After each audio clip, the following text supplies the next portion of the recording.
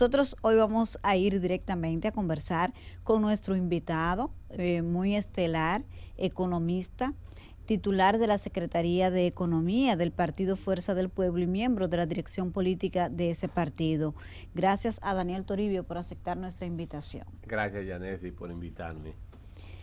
Ay, cayó como anillo al dedo su invitación, porque ayer el Banco Central, incluso en una página pagada, hoy en un espacio pagado lo vi en algunos medios, el gobernador del Banco Central, Héctor Valdés Alviso, anunció la liberación de unos 25.000 millones, fueron adicionales, 25.000 millones para un financiamiento a una tasa bastante buena de un 9%, fija, eso es casi un regalo. Sí. ¿Eso qué significa para la economía, que ha crecido poco este año? Es curioso en este sentido. En los últimos 5 o 6 meses, el Banco Central ha liberado algo así como 125.000 millones de pesos. Pero eso es más que lo que liberó sin lo que se llama repos para el COVID. O sea, ¿qué quiere decir eso? Quiere decir que obviamente, al margen de lo que le digan a uno de la situación económica, la cosa no anda bien. Porque de la única forma que tú puedes comparar la decisión del Banco Central de liberar recursos más que lo que se liberó con el COVID, te dice a ti que la situación económica no anda bien. Bueno, sí, porque lo del COVID era para animar la economía, estaba cerrada. Exactamente. Y fíjate que yo digo que ese tipo de medidas son como resultado del botón del pánico. Hay un pánico, o sea, tú estás aplicando una serie de estrategias y de políticas y algunas veces no está obteniendo los objetivos esperados. ¿Qué es lo que pasa? El Banco Central ha liberado, recuérdense aquella liberación que hizo el Banco Central, una parte de los cuales lo convirtió en préstamo para el gobierno. Claro, nada más hay que recordar que de un monto de 80 y pico de mil millones de pesos que el Banco Central liberó, en un principio 25.000 fueron a parar al gobierno. Lo cual era una especie de préstamo a 5 años, porque se convirtió, cuando digo préstamo quiere decir se convirtió en un avance de los banqueros, le avanzaron 25.000 millones de pesos al gobierno del dinero que el Banco Central le dio. Quiere decir que en el fondo fue un préstamo.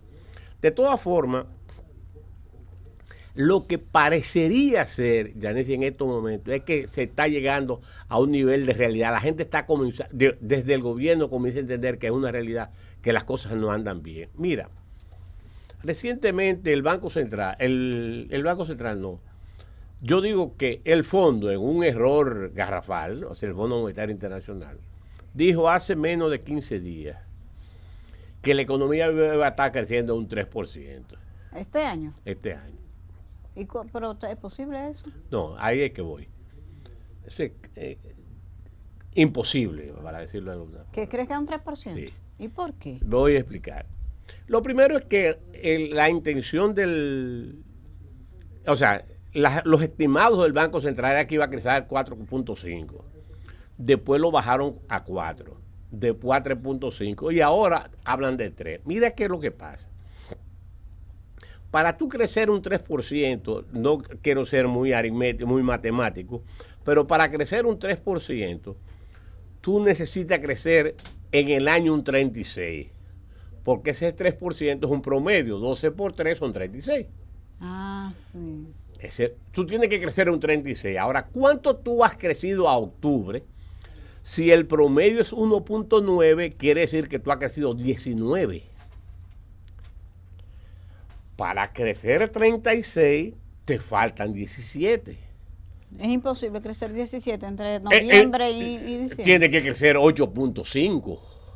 Y ese dinero que puso a circular. No, pero no es eso anima suficiente. Recuérdate que ya veníamos, esos no son nuevos. Recuérdate que ya veníamos de 118.000 millones de pesos que se había. Ah, bueno, ciertamente. O sea, no es una ¿qué es lo que ha pasado? Lo que parecería ser que pone el botón del pánico en las autoridades monetarias es el hecho de que a pesar de haber emitido todo ese dinero, la tasa de interés no ha bajado como se esperaba. Entonces, al no bajar la tasa de interés, la economía se resiente. Pero la economía se resiente por varios factores también. Mira, muchas veces yo me niego a creer que en el Banco Central se manipulen las estadísticas. O sea, las estadísticas son las estadísticas. Pero es el mismo Banco Central. No, digo yo del PLD que me niego a creer que se manipulen las estadísticas. Porque cuando usted dice así, parecería que tenga sus dudas. No, ahí es que voy. No, ahí es que voy, pero no de parte del Banco Central. Por ejemplo, el Banco Central publica que la economía, el sector agropecuario creció. Y yo quiero saber, que le pregunten a la gente del sector agropecuario, ¿dónde fue que creció? El sector porcino en este país está quebrado. O sea, pregunta. ¿Y dicen las estadísticas del Banco Central que creció? El sector agropecuario. Que creció. Que creció en un 4, un 5%. Entonces, ahora tú dices, ¿esas estadísticas son del Banco Central? No, posiblemente se la ha suplido Agricultura y ha considerado muchas de las importaciones como parte de la producción nacional. Es lo único que se entiende. Pero al margen de ese asunto, crecer 8.5%, es más, llegar a 2.5% ya les resulta difícil. No, en su perspectiva, la economía este año no podría llegar ni siquiera a 2.5 en crecimiento. Si llega a 2.5 debería celebrar las autoridades monetarias. O sea, hacer una fiesta en el Banco Central enorme. Porque que para crecer 2.5 tú tienes que crecer 5 y pico en noviembre y en diciembre. En cada uno de esos meses, porque nada más son 2 meses que faltan. Mira, recientemente yo tuve una reunión con un grupo de economistas internacionales, de personas que cuando vienen siempre les interesa saber cuál es tu visión, al fin y al cabo para hacer un paper, fulanito opina, no sé cuánto. Tomar notas. Tomar notas. Al final, así cuando se termina la actividad, yo le digo al economista principal que está ahí, le digo, ¿qué ustedes estiman? Dice, la matemática no se equivoca. 2. O sea, así pero me lo dijo. En una economía como la nuestra, acostumbrada a crecer hasta un 5.5, así es. O sea, lo que está pasando, y yo debo señalar lo siguiente. Por ejemplo, yo no sé si tú oíste al presidente de la República ayer o antes de ayer hablando. En la semanal. Hablando de la situación económica. Que no había dinero para una serie de cosas. Yo no sé si tú lo viste. No había dinero para el sector salud, para infraestructura. Pero sucede que hace 3 años y pico nosotros le dijimos, el presidente está ofreciendo muchas cosas que no va a cumplir. Y no va a cumplir porque no había dinero. O sea, creó una serie de expectativas porque este es un gobierno de titulares. Cuando termine el titular y los resultados del titular, hasta ahí llegó. Hace un palazo para tal cosa, pero titulares de todo. Coge esto, yo me dedico, veo vivienda. Que el presidente inaugura tantas viviendas. Pero el gobierno está construyendo vivienda. Nadie averigua. Eso se llama una vivienda, algo feliz, o sea, vivienda feliz. Vivienda es un proyecto, sí, del gobierno. No es del gobierno, ese es el tema. Entonces, en los periódicos, los titulares, te dicen que no es del gobierno. Esos son proyectos privados que el gobierno va a inaugurar. Entonces, igual que eso, hay 50.000 cosas. Por ejemplo, y todo se diluye. El gobierno iba... Ahora, en noviembre, ya se está terminando noviembre, a licitar una cosa que hace 2 años anunció, que es el aeropuerto de Pedernales. De Pedernales, sí. No sé si lo licitó, iba a licitar. Pero el presidente dijo que iba ahora en diciembre a inaugurar el puerto de Pedernales. ¿El de Cabo Rojo? Sí, que iba a ir ahora en diciembre. En el Nacional, que hicieron un reportaje interesante, fueron a Pedernales y no sé cuánto, y uno de los contratistas le dijo, ahora es que falta mambo. O sea, quiere decir, ahora es que falta. Ese es igual, o sea, porque las cosas en el gobierno terminan con los titulares.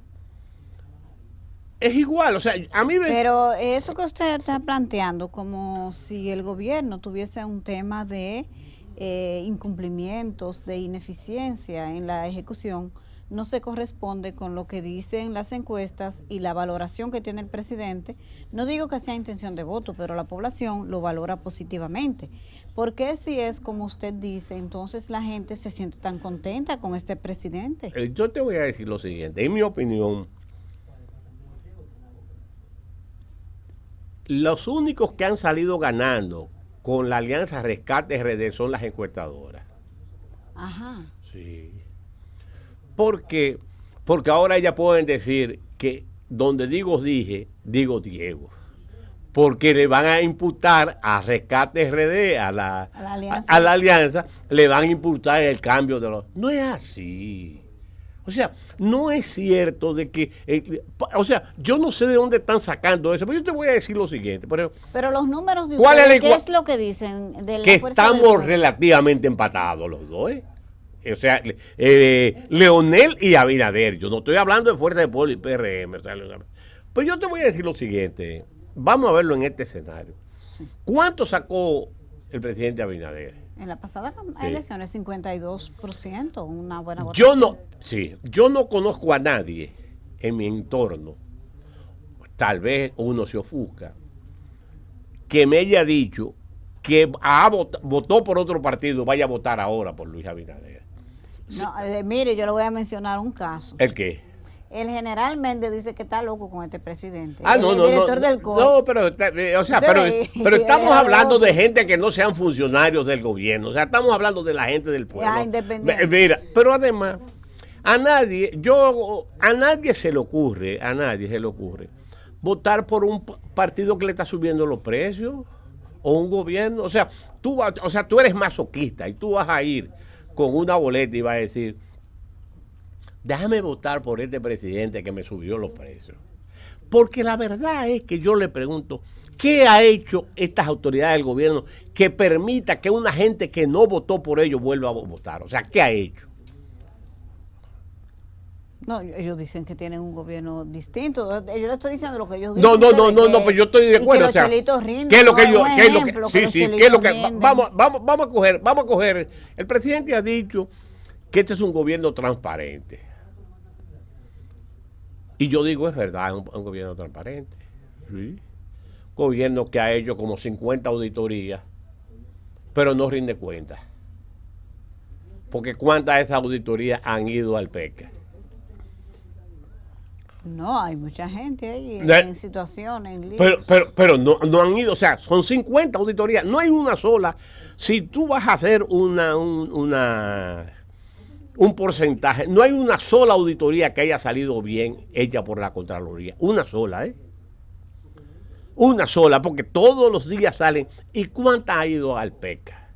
Pero además, en términos institucionales, ¿qué cosa institucionalmente ha hecho el gobierno? O sea, aquí no hay una constitución, aquí no hay un código penal. Está el tema del Ministerio Público Independiente. ¿Y cuál? Uno de los grandes logros. ¿Pero cuál? O sea, estoy diciendo lo que yo No, pero digo, institucionalmente, ¿qué establecieron ellos? Oye, el Ministerio Público Independiente, hay algo nuevo, o sea, institucionalmente, digo yo. No quiere decir que doña Miriam, que... Sí, mire, crearon el Ministerio de la Vivienda, que antes era el INVI, es una institución nueva. Y eliminaron mucho el CEA y la... No eliminaron, porque al CEA lo están... Al CEA la están auditando con 50,000 problemas. Institucionalmente nada. O sea, todo lo que se hizo institucionalmente se hizo fundamentalmente en los gobiernos de Leonel Fernández. Que si el Código Penal no es eso, que si el Código de Procedimiento Civil. O sea, aquí no se ha hecho nada. Sí, aprobaron el matrimonio infantil, la eliminación, eso se aprobó aquí. Sí, pero o sea, estamos hablando de cosas que hoy acaba de salir en uno de los periódicos, no sé si en el periódico Hoy, las grandes proyectos de reformas del gobierno que se ha quedado engavetada. O sea, no hay un proyecto. Sí. O sea, no hay un proyecto. Entonces, en términos institucionales, una gente que defienda la institucionalidad dice, ¿qué cosas hemos logrado? O cosa que se estableció. Bueno, que tú dices, hay un ministerio independiente, pero un ministerio independiente a partir de las mismas leyes y de las mismas instituciones. ¿Qué es lo nuevo? No, porque ellos querían promover el presidente una reforma constitucional para eso y su partido se No, opuso. para O sea, de eso. los principales opositores Para eso no. de la reforma fue su No, partido. no era para eso, no. Eso era otras razones. Ahora, reformas que hayan hecho o impulsado ninguna. Es más, hay una reforma tan simple que la ofrecieron tanto como la ley de los hidrocarburos. La han anunciado más de 4 veces. Ah, sí, ese proyecto está en el Congreso sometido. Sí, claro, no hay como ese, hay 100,000 proyectos, hay muchísimos. Por eso es lo que yo digo, es de anuncio. Pero yo le digo a usted, le reitero mi pregunta, si este gobierno no tiene nada que exhibir, ¿cómo es entonces, cómo se justifica, cómo se explica este nivel de aceptación? Que yo creo que no está tan lejos de la realidad. Yo sí. Porque hasta dirigentes de su partido yo lo he escuchado valorando positivamente No, al presidente de la República. yo sí creo que está lejos de la realidad. Y te voy a decir lo siguiente, por ejemplo, de todas las encuestas, vamos a llamarle encuestadoras, que han publicado encuestas, ¿cuál era la que mejor imagen tenía? La de Galo, que La cambió Galo, la Galo, sí. ¿Verdad que sí, la Galo? Pero la Galo no era porque era buena encuestadora, porque habían otras que eran mejores que la Galo. Recuérdate que la Galo no es Gallup, es una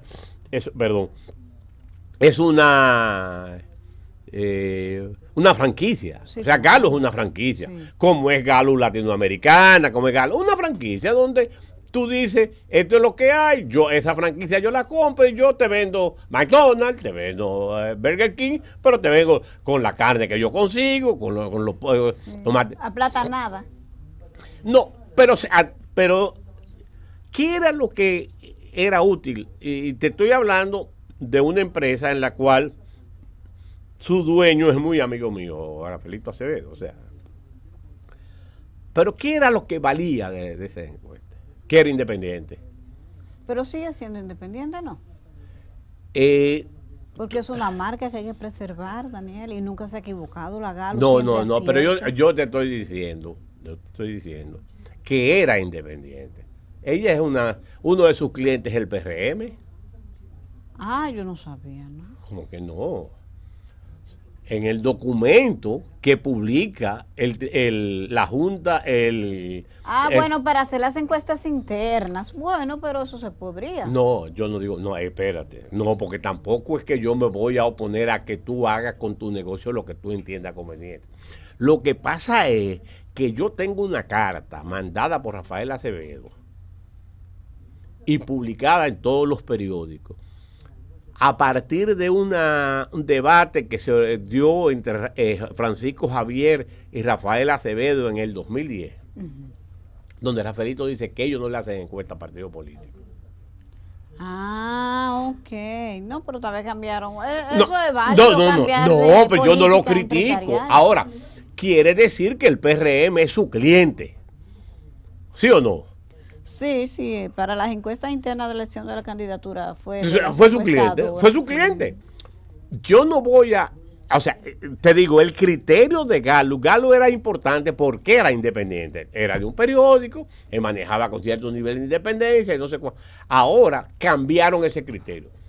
¿Qué fue lo que lo llevó? Bueno, yo no sé, porque yo no estoy posiblemente como empresa tenía que ganarse lo que fuese, pero la realidad es que rompió el criterio que ellos mismos habían establecido, que era que no le hacían encuesta a partidos políticos.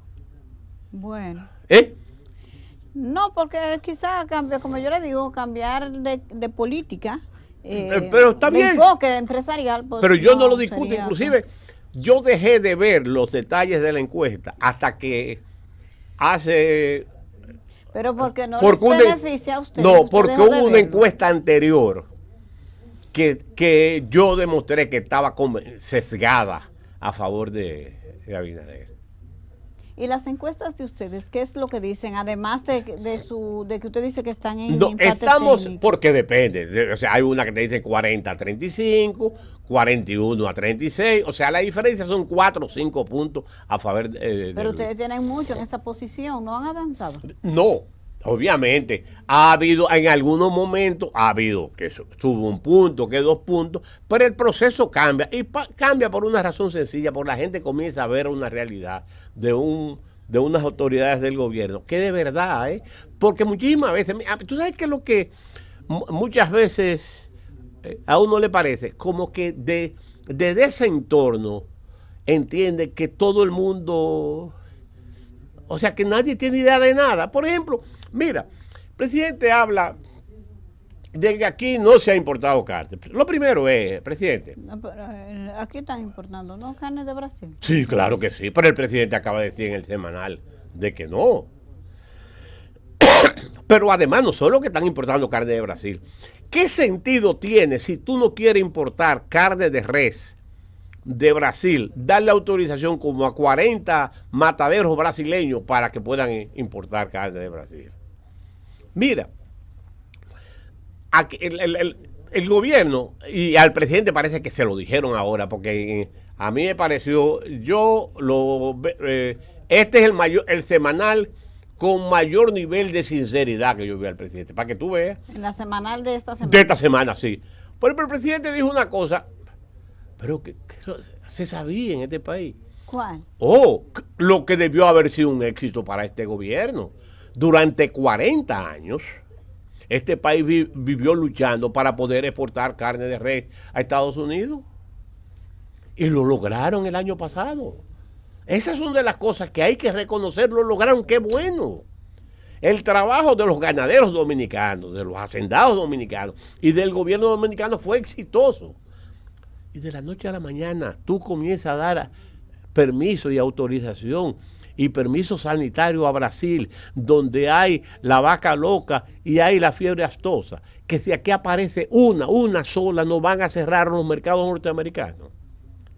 O sea, yo lo que me digo, ¿qué es lo que están pensando? O sea, ¿en qué se piensa? Cuando tú haces una cosa de esa naturaleza, pero en el cerdo, mira, lo que ha pasado con los productores de cerdo, eso no tiene. Daniel, me gustaría volver al tema original, Ajá. a la puesta en circulación de esta estrategia del Banco Central de poner dinero en circulación. Sí. Ahora se liberaron 25.000 millones más, van próximo ya a 150.000. Así, casi 150.000 millones. Eso pasó en el 2020 con el tema de la pandemia. Así es. Pero producto de eso, a política de calentar la economía expansiva, de poner dinero a circular, también se dice que fue un factor que influyó en la inflación que vino después. Y en este caso, ¿qué ha pasado? Que la economía no ha crecido y si se espera entonces niveles de inflación. Mira qué es lo que pasa. Ayer estaba yo conversando con un amigo mío del Fondo Monetario Internacional. Me decía, es que están utilizando diferentes instrumentos para obtener resultados distintos. O sea, eso, el Banco Central no entiende, no ha entendido, las autoridades, no ha entendido que el objetivo fundamental es controlar la inflación. Todo ese dinero, toda esa emisión de dinero pone presiones de manera significativa a los precios, porque pone una cantidad de dinero en circulación. Ahora eso tiene un carácter. Obviamente están en pánico. O sea, una economía deprimida. Mira. Entonces el año que viene, Daniel, ¿podría sí estar en mejores condiciones la economía que este año? Mira, yo no veo tan claro si sigue produciéndose lo que se está produciendo, porque el problema es que el gobierno, o sea, las autoridades del Banco Central, fundamentalmente, creen que pueden controlar la economía, y la economía no se controla. O sea, tú emites todo ese dinero y va creando mayor cantidad de dinero en circulación y eso va a presionar la tasa de cambio y va a presionar los precios. ¿Qué fue lo que pasó? Como tú bien señalas, fue lo que pasó a raíz del COVID. Pero eso es lo que yo quiero saber, si tenemos que prepararnos para vivir una situación similar, porque entonces la inflación se va a disparar. Yo obviamente estoy convencido de que es así. Y estoy convencido Pero de que eso no parece lógico, porque el año que viene son las elecciones. ¿Y quién va a votar un gobierno con exactamente, inflación? lo que pasa es, y ahí es un buen elemento. En el Banco Central, por eso yo digo que es el botón de pánico. Cuando tú estás en pánico, tú haces cualquier cosa, tú no sabes para dónde va a correr. O No, si, no es fácil decidir en pánico. en pánico, exactamente. Entonces, cuando tú estás en pánico, la situación, tú dices, bueno, ¿y qué hago? Porque una cosa que pasa es, la economía está estancada, se está lentificando de un ritmo y una velocidad enorme. La tasa de cambio no está, la tasa de interés no está reaccionando a las acciones que tú estás tomando y tú sigues entonces metiéndole más y más hasta que llegue un... ¿Pero para qué? Bueno, me imagino que será para incrementar la actividad productiva. Pero qué bueno.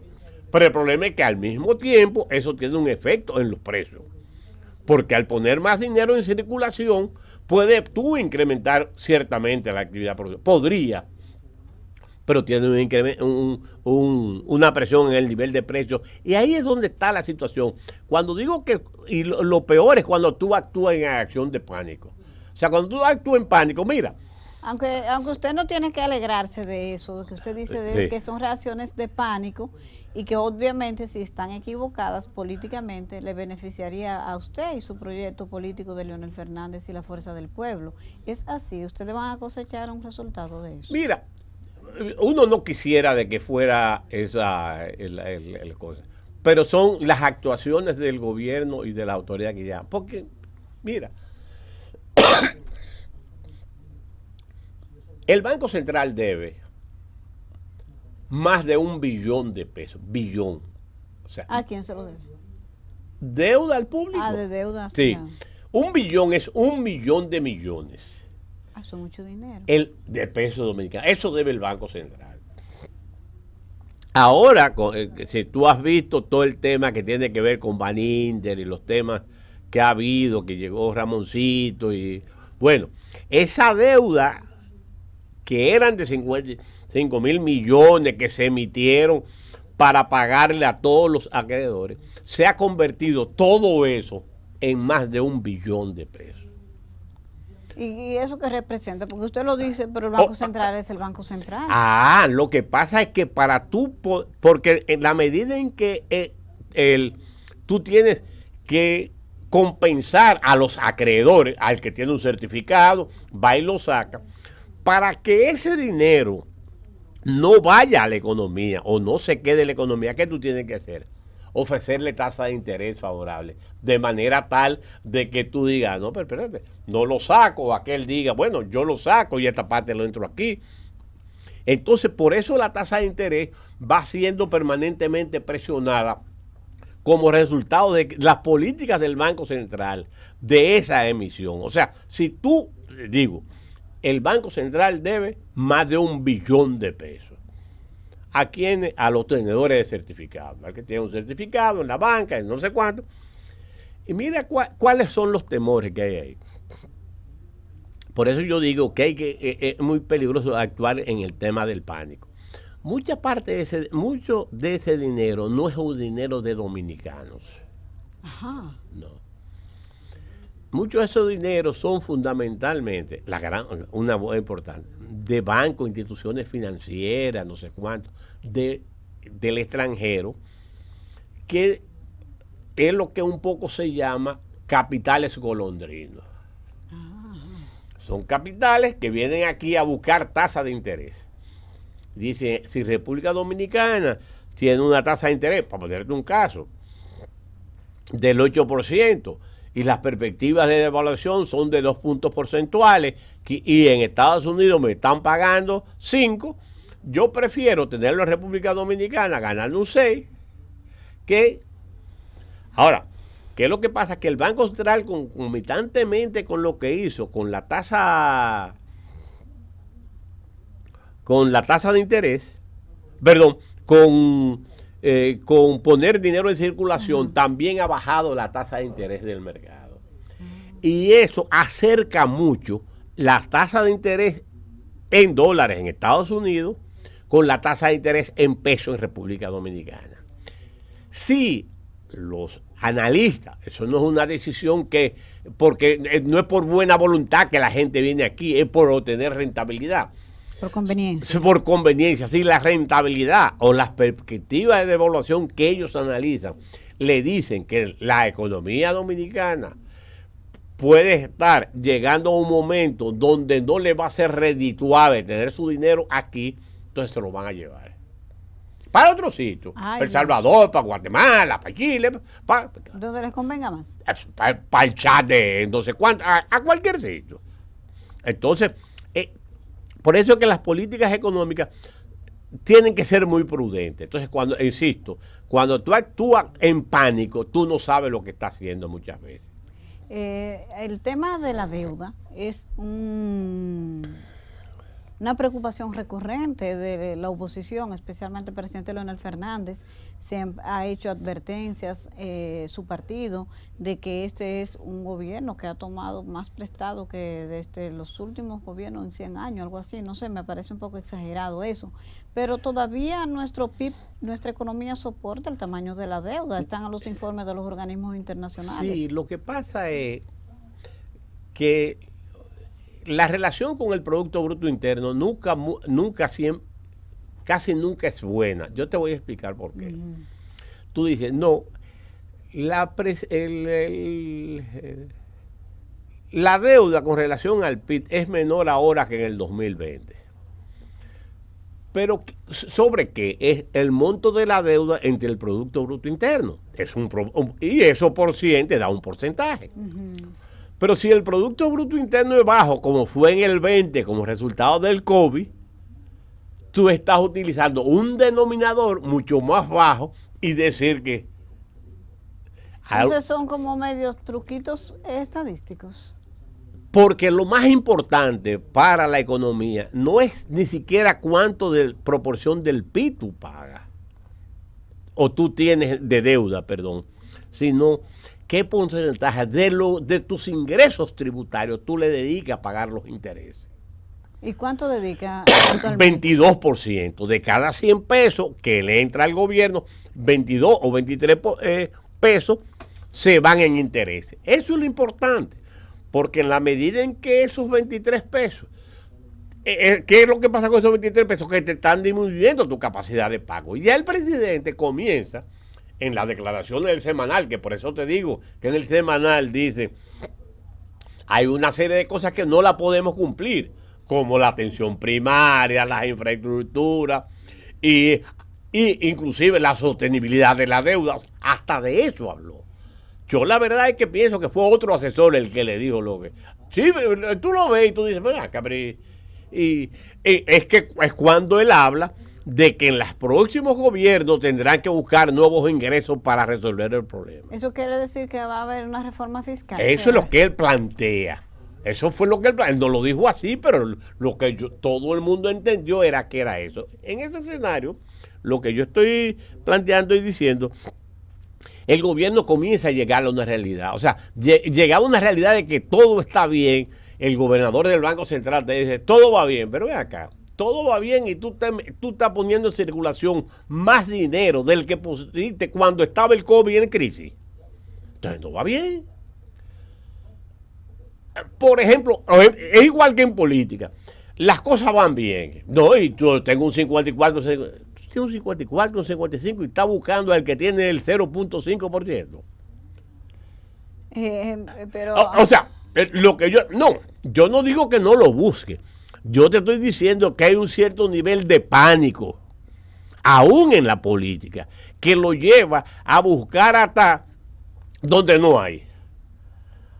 Porque ¿qué razón hay si tú tienes un 54 o un 55 para estar comprando, vamos a decir no comprando, digamos, llegando a acuerdo con gente? No voy a hacer juicio de valor. Que no es bueno sumar, siempre claro, no es malo. No, yo no digo que sea malo. El problema siempre muchas veces es a costa de qué.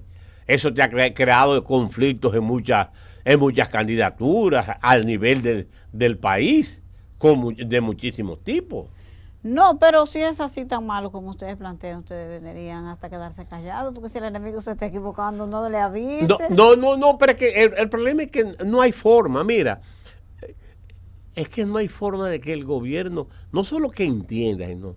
Que no se, pues tú sabes cuál es el problema, la cantidad de recursos de que dispone para cambiar la percepción de la gente. No la decisión, sino la percepción. ¿Cuál es el problema? 8.000 millones de pesos. O sea, coge los titulares de los periódicos. Búscalo los titulares de los periódicos. Y un titular de un periódico tiene más poder que la realidad que la gente vive en su casa. No. Pero te crea una percepción. A mí, en mi casa, a ti, no. Yo hablo de mí en sentido figurado. Pero te una crea. Persona con sus problemas pero crea crea una percepción en la opinión pública. O sea, por ejemplo, la gente te dice, la percepción de que se van a la primera vuelta. Pero ¿y cómo? Un partido que terminó goteando. ¿Qué porcentaje de lo que votó por Luis Abinader eran gente que le hubiese gustado votar por Leonel? ¿O cuánto votaron dolidos por un PLD que en ese momento lucía cansado? ¿Cuántos? El PLD ha perdido mucha gente que se ha ido al PRM. Ese partido se ha ido fortaleciendo. Mucha gente. Mira, yo he aprendido que normalmente la gente no se lleva a gente. Ajá. No. Tú vas a un síndico y atrás le están diciendo, sí, se van los 10, 4 familiares. Pero las estructuras partidarias no son tan fáciles de arrastrar y de llevar. Entonces, y muchas veces tú creas conflicto. ¿Cómo? Tú llevas un síndico del PLD o de la Fuerza del Pueblo para tu partido, para llevarlo como candidato, pero hay un PRMista que tiene 4 años haciendo aspiraciones, haciéndose ilusiones con la candidatura y eso. Tú lo ves lo que está pasando en el distrito, nadie sabe lo que está pasando en el distrito o en Santiago.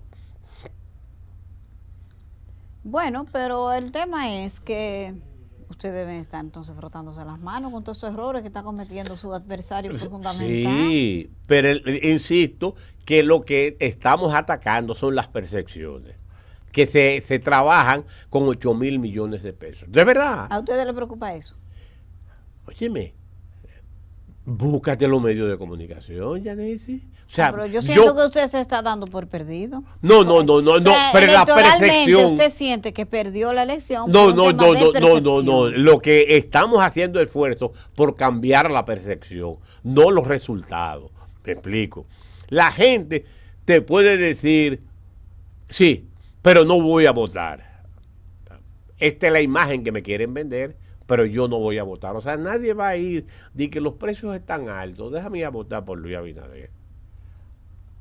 Yo inclusive ayer vi un tuit, algo tuyo, de una declaración de mi buen amigo Genao. Ah, sí, él estuvo aquí anoche. Sí, donde decía, yo no sé si lo entendí bien, si eso fue cosa, donde decía que a pesar de que la situación no está tan bien, la gente va a votar por Luis. Sí, él lo dijo eso, porque Luis es bueno y trabaja mucho. Sí, o sea, ¿cuánta gente buena y que trabaja mucha no hay? La gente lo que quiere ver son resultados.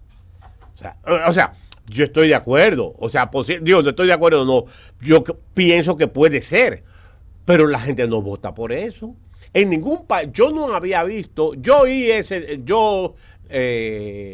vi tu tweet y la verdad es que, te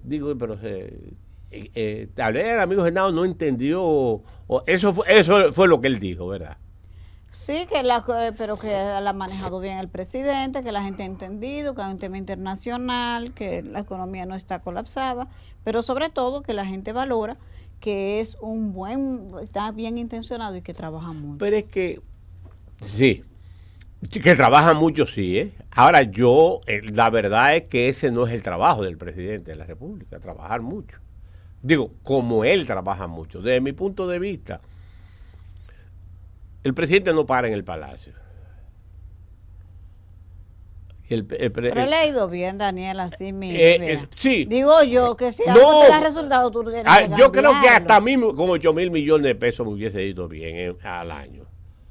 O sea, me hubiese ido bien. Porque es un problema Pero de que... ustedes le están atribuyendo mucho poder. A la percepción, sí. claro que sí. No, a la percepción sí. Pero el gobierno pasado invirtió más dinero de ahí y de todas maneras perdió las elecciones. Yo no sé. Y la economía no estaba como ahora, estaba mejor. Yo no sé, si te soy sincero, si el gobierno pasado gastó mal. Ahora,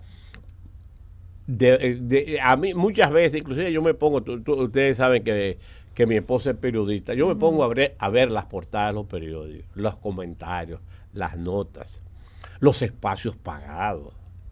Usted los revisa minuciosamente. Claro, y veo, y ven acá, y es que los otros no existen. Y tú dices, el presidente trabaja mucho. Mira, el presidente va a 4 sitios, 4 lugares distintos. Por ejemplo, vivienda feliz de una empresa que está. La empresa fulanita habrá tal cosa, está. La empresa... ¿Y esas son las funciones del presidente? No lo sé. Tal vez sí. Tal vez soy yo el que no entiendo. O sea, son muchos los problemas. ¿Usted no habla por WhatsApp con el presidente? No. ¿El presidente le gusta hablar? Sí, pero no. Pero nosotros no tenemos esas relaciones primarias. Yo con quien trabajé fue con su papá. ¿Ah, sí? Sí. Él fue mi jefe cuando fue, cuando fue secretario de Finanzas. Sí, yo trabajaba allá. Entonces, pero no, yo no. El problema no es si tú hablas o no por WhatsApp. El problema es los problemas como se han ido acumulando. Coge tú, además, cómo se van ocultando los problemas. Aquí se negó el dengue. Aquí se negó la fiebre porcina africana. Aquí se negó el cólera. Aquí se ha negado todo. Y de improviso a la noche. Y eso es un titular. Esos son titulares de primera. Lo de San Cristóbal. Lo que no me cuadra, Daniel, es todas esas cosas que usted dice, negativa la economía en situación, ¿verdad? De estancamiento, no hay circulante y hay inflación, porque los precios están altos. Todo ese tema que los problemas están ahí, pero que a pesar de eso el gobierno está bien, la gente lo acepta. Pero ¿de dónde? Yo lo que quiero entender, ¿de dónde que sacan esa información? O sea, ¿de dónde tú concluyes? Por ejemplo, tú vas a los supermercados, tú vas a los colmados, tú te montas en el metro, tú coges un vehículo. O sea, ¿qué es lo que la gente está opinando en este momento? El que nos está oyendo a nosotros. Que posiblemente se ha saltado una comida o tenga una situación. Por ejemplo, en una situación como esta, aquí, por ejemplo, hay cosas que la gente no analiza mucho. ¿Tú sabes lo que afecta mucho las situaciones como esta? El alquiler y la medicina. ¿Por qué el alquiler? Porque tú, si tienes el dinero del alquiler y de la comida y te falta dinero de la comida, ¿qué tú vas a hacer? No, completa el alquiler. Hay que completar el alquiler. No, al contrario, va a completar la comida, no va a dejar de comer. No, porque la comida la gente se la busca como en el día a día. No, el alquiler no, la gente se acumula. Pregúntale a la gente deja de pagar 2 o 3 veces. Eso es para temas de medicina.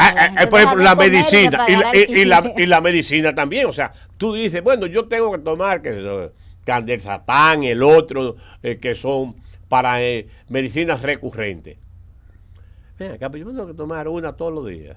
No voy a tomar una sí, una no. O sea, comienza. Ajá. Claro. O sea, pero el problema no es una decisión que tú tomas racional. Entre comer tus hijos. Comer es primero. Así. Entre comer tus hijos y una medicina que tú dirás, bueno, yo no me voy a morir si me tomo en vez de 2 una. O en vez de una todos los días, un día sí, uno no. Entonces la gente, la calidad de vida, el nivel de vida de la gente se la ha deteriorado. Y no es que no es una cosa que tú digas, no, que la gente se cree. No, cuando tú entonces el problema de ustedes políticamente, que están en desventaja, ¿verdad? Es por la percepción. Eso es lo que ustedes tienen afectado. No. La percepción es lo que te está diciendo, lo que el gobierno ha querido vender, que no se da en la realidad. Y yo te digo, pero es todo. O sea, cuando tú dices todo, por ejemplo, tú dices, no, Aerodón. Por ejemplo, Entonces, sí, hay un proyecto de Aerodón que dice que el presidente Leonel Fernández hizo pero hay un titular. Así es. Un acuerdo muy leonino, Sí. muy No, el acuerdo más leonino del mundo. Pero cuando tú oyes que al gobierno, a este gobierno, le van a dar 700 y pico millones de dólares y que a partir de diciembre tú vas a pagar más impuestos, tú dices, pero espérate. Pero que lo que queda en la mente de la gente es que Claro, el gobierno de Leonel hizo un negocio malo y que lo que quede, hizo un exactamente. negocio bueno. Lo que queda no. Lo que se quiere vender como imagen. Pero ¿cómo ustedes saben que no va a quedar así? No, Si no han tenido ninguna reacción. No, muchísima. En todos los medios de comunicación. No, porque el problema es que si tú pones un titular de los periódicos, porque es lo que tú quieras vender. Vamos a estar claros que es vendiendo. Igual sucedió, pero no con eso, ¿eh? Igual sucedió con, ¿qué otra cosa? Que era Aerodón. Entonces, no, la caída del cosa, la muerte de la gente. Sí, el túnel. O sea, la culpa es del gobierno del 2009. Del 99. Del 99. Óyeme. 25 años después, pero cuando los ingenieros dicen, los ingenieros capaces, vamos a estar claros, el ingeniero Siri de León dijo que eso fue No, pero digo yo estoy hablando del ingeniero estructuralista que saben de eso. Osiris de León no es ingeniero estructuralista. No, es geólogo, tengo entendido que es. Creo que es geólogo, no sé, yo no tengo su...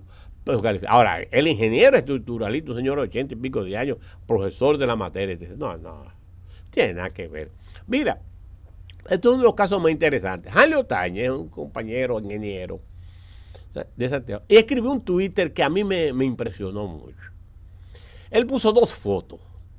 Una foto de ese túnel y una foto de las carreras de Santiago cuando se desplomó.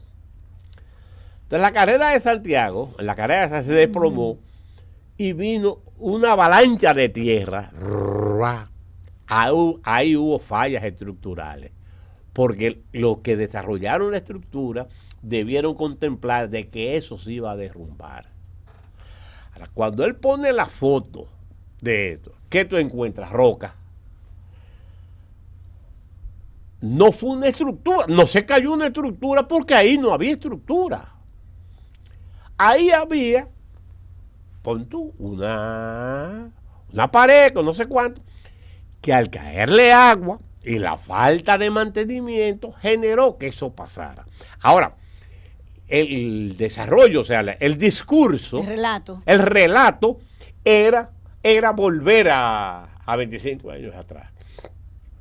Porque en el fondo no tienen forma. Mira, hay un meme que a mí me gustó muchísimo. Yo me río porque no lo digo. Dice que si se cae algo, que se cae en la, qué sé yo, ahora en Venecia que se cayó no sé cuánto, un puente, que en tal sitio se cayó tal cosa. Y que si se cae el puente, el Juan Pablo Duarte, le vamos a echar la culpa a Trujillo, que si se cae tal cosa, le vamos a echar la culpa a Leonel, a Danilo. Al único que no le va a echar la culpa es al presidente Abinader. Bueno. No le va a echar la culpa, ¿por qué? Porque no ha hecho nada. Ustedes son graciosos, los políticos son bastante dinámicos, inventando cosas, relatos, una guerra de relatos. Pero parece que ustedes la llevan perdida en el relato. Yo no creo, yo creo que la población es suficientemente sensata para entender que, por ejemplo, en los gobiernos nuestros siempre fue mejor que lo que se ha estado pasando. Eso ha sido así, los precios, la delincuencia, ahora lo que tú ves en Cambita, la delincuencia en los barrios se ha propalado. O sea, la verdad es que... ya casi estamos terminando el programa, sí. Daniel. Me gustaría su partido y como que toda la oposición luce inmovilizada. Uno ve como que Leonel hace una actividad y se sienta 2 semanas más y después vaya a hacer otra cosa y se sienta, como que sale del escenario. ¿Está en alguna etapa especial? ¿Pasa algo? ¿Les falta recursos? No, mira, hay cosas que requieren no solo que requieren tiempo, sino olfato. Yo te voy a decir lo siguiente. Mira, Leonel, el presidente Fernández iba a tener una actividad con lo de cuando vino los aguaceros. O sea, no hacía sentido tú organizar. O sea, hay momentos políticos, hay momentos para hacer y momentos para no hacer. Obvio. Entonces, la prudencia decía, no, eso no. Fíjate que yo recuerdo, yo te doy mucho seguimiento, que tú a eso de las 5 de la tarde del sábado fue, escribiste un Twitter, o era a las 4, de que en ese momento todavía seguía haciéndose propaganda para el mitin del Partido Reformista. Sí, que era como inapropiado. Pero, por ejemplo, al gobierno le han sacado el hecho de que estaba, óyeme, todos los capitanes de los barcos estaban en Bávaro. Los síndicos. O sea, ¿quiénes se supone que son la gente que deben ayudar en los pueblos? Los síndicos. Sí, pero fuera de ahí, antes de que pasase esta tragedia de las inundaciones, se nota mucho tiempo como no, y además hubo el otro tema es de verdad que las cosas nos ha llevado mucho tiempo la alianza. El tema de la alianza. Pero eso no nos pasa a nosotros. Por ejemplo, en el Distrito Nacional el PRM está desmovilizado.